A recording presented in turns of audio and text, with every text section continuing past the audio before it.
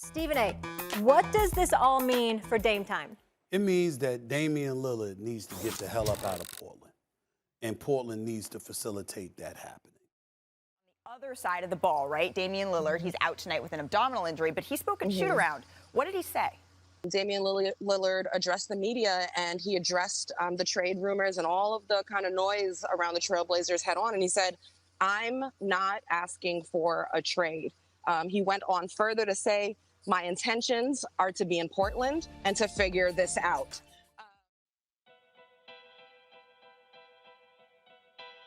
Oh boy, are they working overtime, folks. This is, yet again, the media trying to get Damian Lillard to leave Portland. I mean, the dude simply said he wants to figure things out. He wants to play basketball in Portland. He wants to make sure he gets a championship in Portland. And despite him saying this numerous times, people still question this. They still question Lillard's loyalty.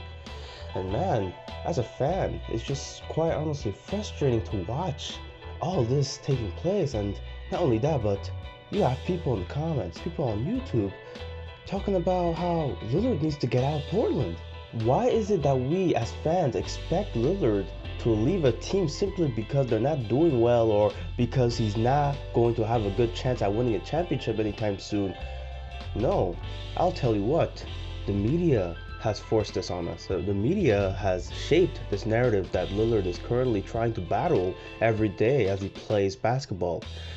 If you don't know what I'm talking about, this story, and this is a story that's been repeating for a long time now, it's a story of a man just trying to play basketball, just trying to give this team, this city he lives in, a championship that hasn't been seen in a long time. Actually, last time I recall, I don't think Portland's ever won a title, so this would be a first, and Lillard would love to be the first one to win that title.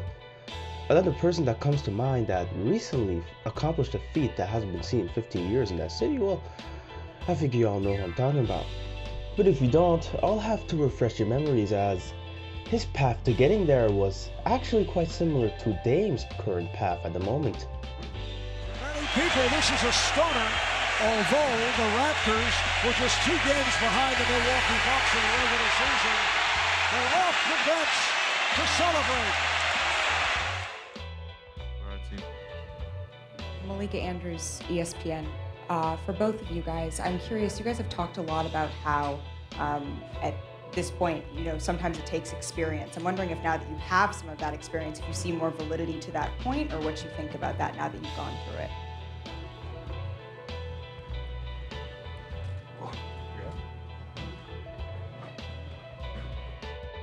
Despite him winning an MVP that year, despite him having a fantastic season, best record in the NBA, it wasn't enough. The media still had to go after Giannis. They still had to cause doubt as to whether or not he would stay in Milwaukee. And Malika Andrews' article being written, that was one of the first things that really started to push the media towards this direction of forcing Giannis to make a decision that would benefit their bottom line. 2020 now rolls around. It's a year later. COVID hit, but the NBA rolled on in August, and in September, the Bucks were playing the Heat in the playoffs. And before the series even ended, the media had to push their agenda. NBA executive anonymously told The Athletic he predicts Giannis might be headed to Miami in free agency if they lose this series to the Heat. Max, let's stay with this. What would be the best destination for Giannis if he decides to leave Milwaukee? The answer is Miami. Miami is the best destination. This is one of the rare moments. This is one of the rare moments. I actually don't like the fact that I'm disagreeing with you, because I'm imagining South Beach, and that would be so special. Get it together. Golden State would be, for me, to be ideal. You're going to build a wall against Giannis? Steph and Clay on the perimeter? No. To those who know the story, you would know that the media failed at trying to get Giannis to leave Milwaukee, as he not only committed to staying in Milwaukee during the summer of 2020, but he committed to a very long-term relationship with the Bucks. That a true NBA superstar stays in a small market. You can think back to maybe Tim Duncan 20 years ago. I mean, but that's exactly what Giannis did today. This is my home. This is my city. I'm blessed to be able to be a part of the Milwaukee Bucks for the next 5 years. Let's make these years count. The show goes on. Let's get it. That's exactly what Giannis did today, agreeing to this Supermax with Milwaukee. Giannis was asked, why is it that you didn't go the route of free agency? Why is it that you signed that Supermax? You could have just waited an extra year. And Giannis, well, he had an interesting answer to give. And let's just say it perfectly illustrates my point. Well, ultimately, why did you decide to sign this year instead of, essentially getting the same contract offer and going through the courtship of free agency, which so many players say they want to experience? Why now? First of all, I'll be 100% honest with you. Like, I didn't want the pressure. I didn't want the pressure. Not me personally. I can deal with pressure. I didn't want the pressure, on my teammates, on my coaching staff. Like going out there, losing a game, and people talking about, oh, he's leaving. We all know who he's referring to, obviously.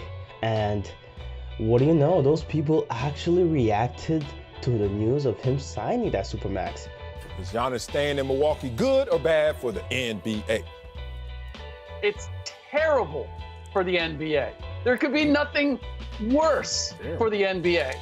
If Giannis is so great in Milwaukee, then why do they put their playoff games on at noon where you can't drive revenue?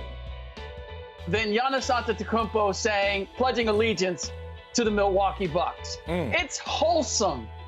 I'm going to have kids. I might throw a couple championships in there, but I want to repay my respects. I want to show my gratitude to the city of Milwaukee.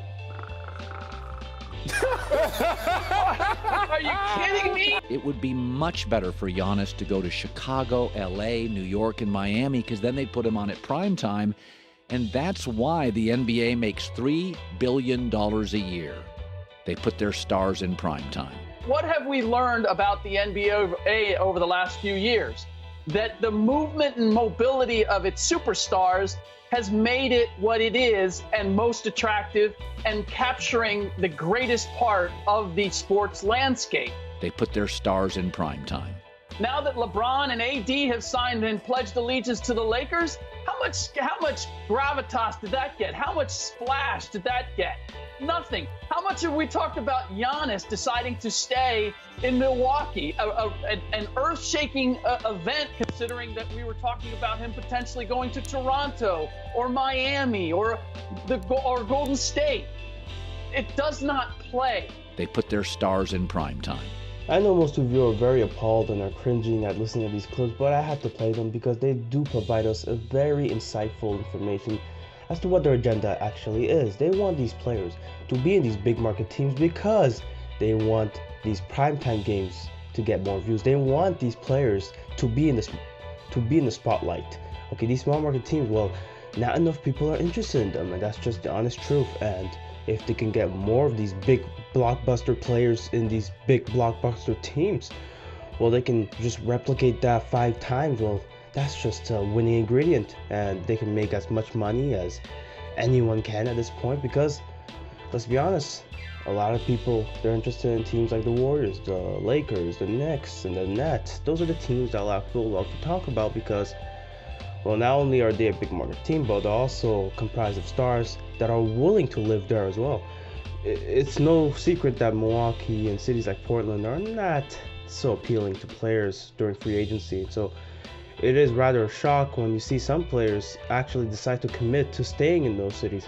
What Lillard is currently going up against is what Giannis went up against for all these years. We should not be so willing to trust whatever reports come out of the media, no matter how credible the source may be. Shams, Woj, doesn't matter. These guys have agendas to push. These guys have narratives to push. They love to stir the pot so that they can get as much money as they can in these primetime games. They want to also benefit from the NBA cashing out on these stars going to these big market teams. It's just that simple. And this story needs to be told. People need to understand this is a story that will always continue as long as these people exist, as long as these big markets are big markets, and as long as these small markets are small markets. It's just the way it is, and we just have to be aware of it when the media tries to stir the pot, and we have to call them out and just quite honestly not pay attention to them. And I'm pretty sure that's what Giannis did. He made sure to tune out the noise when he was playing throughout that 2020-2021 season.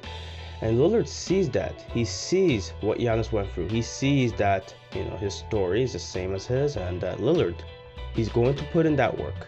He's going to make sure that he gets along with the franchise. He's going to make sure that he figures things out, because it's either he wins it all or he retires trying his best. And that's a story I'm getting more and more invested in as the people start doubting him, as people start saying that he should leave Portland. I am fully invested now in Lillard's story. I'm rooting for him. Quite honestly, I think he should do the same.